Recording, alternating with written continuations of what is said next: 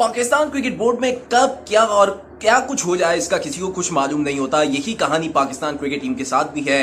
कौन कप्तान बन जाए, कौन टीम से आउट हो जाए, कौन टीम में आ जाए, इसका भी किसी को अंदाजा नहीं होता। कौन नया चेयरमैन होगा, कौन जो है चेयरमैनशिप की दौड़ से बाहर होगा, कौन बड़े ओहदों पर फाइज होगा, ये पाकिस्तान क्रिकेट बोर्ड में किसी को कुछ पता नहीं होता। कहा कुछ जाता है, बताया कुछ जाता है और हो कुछ जाता है।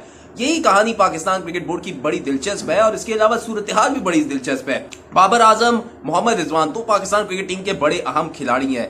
इन दोनों के गिर्द पाकिस्तान क्रिकेट टीम की अगर देखा जाए बैटिंग लाइन घूमती है, क्योंकि खासतौर पर अगर मैं T20 फॉर्मेट की बात करूं तो शुरुआत में या पिछले बाबर आजम के दौर से लेकर जब वो कप्तान थे तो ये दोनों खिलाड़ी ऐसे थे कि टीम को लेकर चलते थे, लीड करते थे, ओपनिंग करते थे और पाकिस्तान क्रिकेट टीम को अक्सर व बेशतर सिंगल हैंडेडली मैच जितवा देते थे। ये खिलाड़ी बड़ी इनिंग्स खेलने का हुनर जानते थे। अक्सर वो बेशतर 100 रन की पार्टनरशिप लगाई, 150 रन की पार्टनरशिप भी लगा चुके हैं और 200 रन की पार्टनरशिप का भी कारनामा ये दोनों खिलाड़ी अंजाम दे चुके हैं। लेकिन इन दोनों खिलाड़ियों के जवाल की कहानी क्या है? बड़ी दिलचस्प कहानी है। शुरू होती है पाकिस्तान सुपर लीग के गुज़िश्ता सीजन से, यानी कि 8वां एडिशन जो पाकिस्तान सुपर लीग का हुआ, उसमें दोनों खिलाड़ियों ने एक बैटिंग कंपनी जो कि सरोगेट कंपनी है उसकी स्पॉन्सरशिप लेने से इनकार कर दिया था। मैं अगर स्टार्ट करूं मोहम्मद रिजवान से, और मोहम्मद रिजवान जो कि मुल्तान सुल्तान्स के कप्तान भी हैं और बड़ी मेन खिलाड़ी है, PSL में टाइटल भी जितवाया उन्होंने और गुज़िश्ता साल यानी कि 8वें एडिशन में वो पाकिस्तान सुपर लीग में अपनी टीम मुल्तान सुल्तान्स को फाइनल में भी लेकर गए, लेकिन जीत नहीं सके, वो अलग बात है।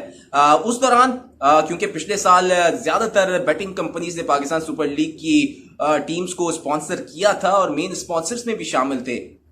उस दौरान मोहम्मद रिजवान को जब अंदाजा हुआ कि उन्होंने बैटिंग कंपनी का एक लोगो जो है वो अपनी शर्ट पर पहना हुआ है, तो उन्होंने अपनी टीम मैनेजमेंट से कहा कि वो लोगो नहीं पहनेंगे। अगर आप लोगों को ज्यादा ही लगता है कि लोगो लाजमी है तो वो टीम के साथ नहीं ट्रैवल करते, नहीं खेलते, आप किसी और को चांस दे दें। तो वहीं पर प्रेशर पड़ा मुल्तान सुल्तान्स के ऊपर। उन्होंने राब्ता किया मैनेजमेंट से, PSL की मैनेजमेंट से, पाकिस्तान क्रिकेट बोर्ड से, और फिर बिल आखिर मोहम्मद रिजवान के आगे हार मान ली गई। मोहम्मद रिजवान का जो लोगो था उसको हाइड कर दिया गया, उसको छुपा दिया गया। लेकिन उसके बाद पाकिस्तान सुपर लीग को नुकसान हुआ, फ्रेंचाइज को नुकसान हुआ, पाकिस्तान क्रिकेट बोर्ड को नुकसान हुआ और वहीं से कहानी सवाल की तरफ शुरू होती है। एक डॉक्यूमेंट में लेकर आया और उस डॉक्यूमेंट पे वाज़ेह तौर पर लिखा हुआ है कि मोहम्मद रिजवान से इस बैटिंग कंपनी ने राब्ता किया था और 100 मिलियन रुपीस यानी कि 100 मिलियन रुपए जो थे उसकी ऑफर की थी मोहम्मद रिजवान को स्पॉन्सरशिप की मद में कि अगर आप हमारा लोगो तशहीर करेंगे या उसकी एडवर्टाइजिंग करेंगे तो आपको 100 मिलियन रुपए हम देंगे स्पॉन्सरशिप की मद में। लेकिन उन्होंने लेने से मना कर दिया। उसका जवाब उन्होंने बैटिंग कंपनी को ये दिया कि एज अ मुस्लिम या हम एज अ मुसलमान सरोगेट कंपनी, बैटिंग कंपनी, जुए की कंपनी की तशहीर नहीं करते, सपोर्ट नहीं करते, इस वजह से मैं स्पॉन्सरशिप डील जो है वो नहीं ले सकता।